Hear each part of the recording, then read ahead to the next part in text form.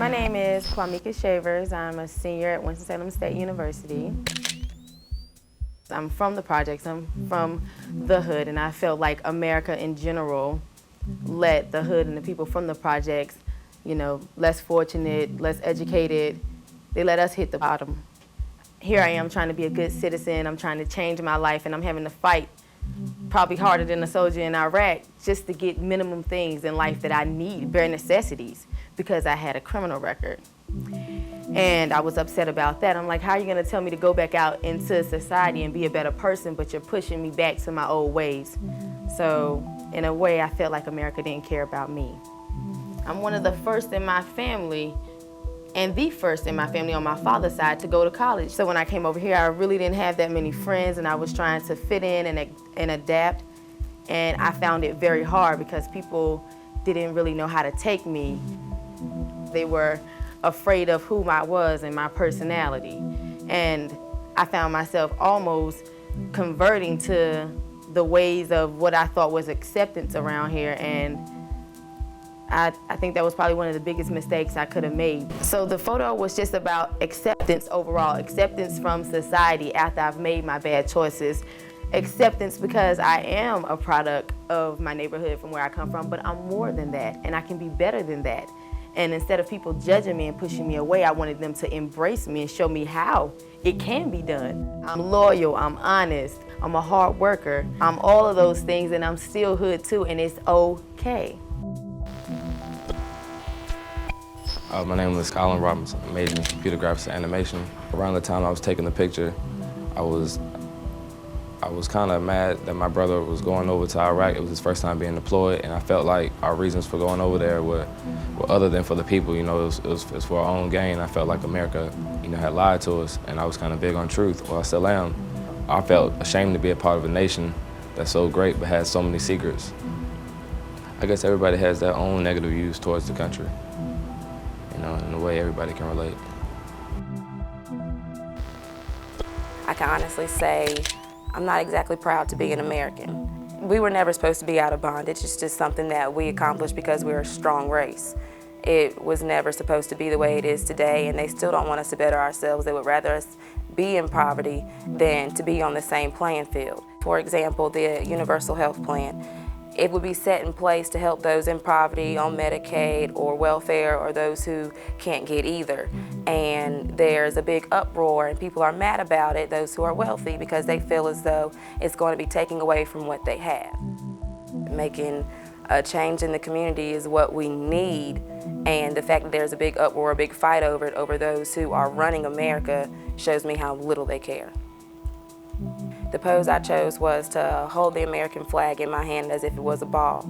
I feel as though people in America take everything that they have for granted, and it's just been handed to them on a silver spoon, while there are plenty of people struggling and living in poverty and living paycheck to paycheck that don't have anything.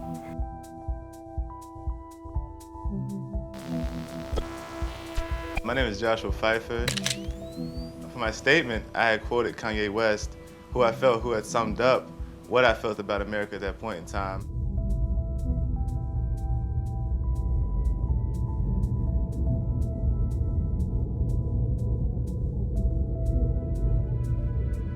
What that statement said to me was that I'll always be judged as being a black person. That pose was more contemplative.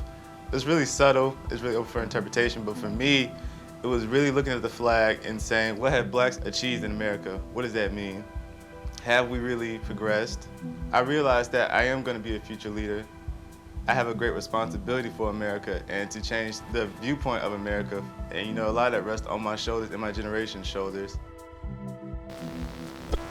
One of the things that strikes me about this exhibition, or this series of photographs, Young Americans, is the diversity involved. Generation Y is the most ethnically diverse generation in this country. There's something absolutely beautiful and profound about that. My name is Quadarius Cowens. I'm a senior mass communications major. The thing I take most from this exhibit is appreciation, because it allows me to get the opportunity to see with people my age, not the same gender, not the same race, or not same location, see how they feel about this country that we all share. So just so many different viewpoints with one common ground. My initial intent was to say that America is somewhat of a burden on young Americans in our generation because we really can't express ourselves freely. So it's almost as if we're prisoners in our own thoughts. My name is Sheila Pree Bright. I started the Young American series because I'm always challenging the perceptions of stereotypes within any type of culture. And I was looking at Generation Y because they're like the next leaders that are going to run the country. People that were older than me, my generation, were always talking about how Generation Y, their only interest was in celebrity culture, body image, or hip hop, and they don't have a clue of what's going on. So I decided, okay, let me see what's up with Generation Y. And I really wanted to use the American flag because I felt that it was very symbolic. In America, we use that as our voice, and wanted to really get them to start thinking about America. So I started this awesome task to go around and try to recruit young Americans and gave them a flag and let them do whatever they want with the flag. A lot of them were very concerned about America, and they were actually questioning their identity about what does it mean to be American in the 21st century. Edwin was very impactful to me because he was the only one that was in the Iraq War, and he said that we shouldn't be there, and 3 of his friends died, and what it really did to him really affected him. I remember a time when I wanted to talk to my father about the Vietnam War because he was there and it was always silent.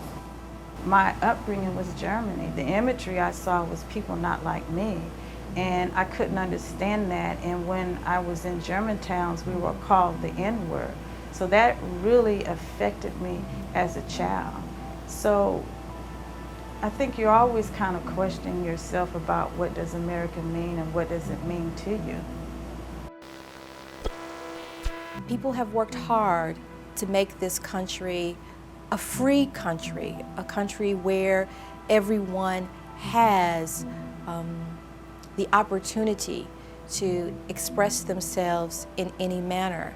And I think the way young Americans have embraced that freedom in these photographs is really wonderful.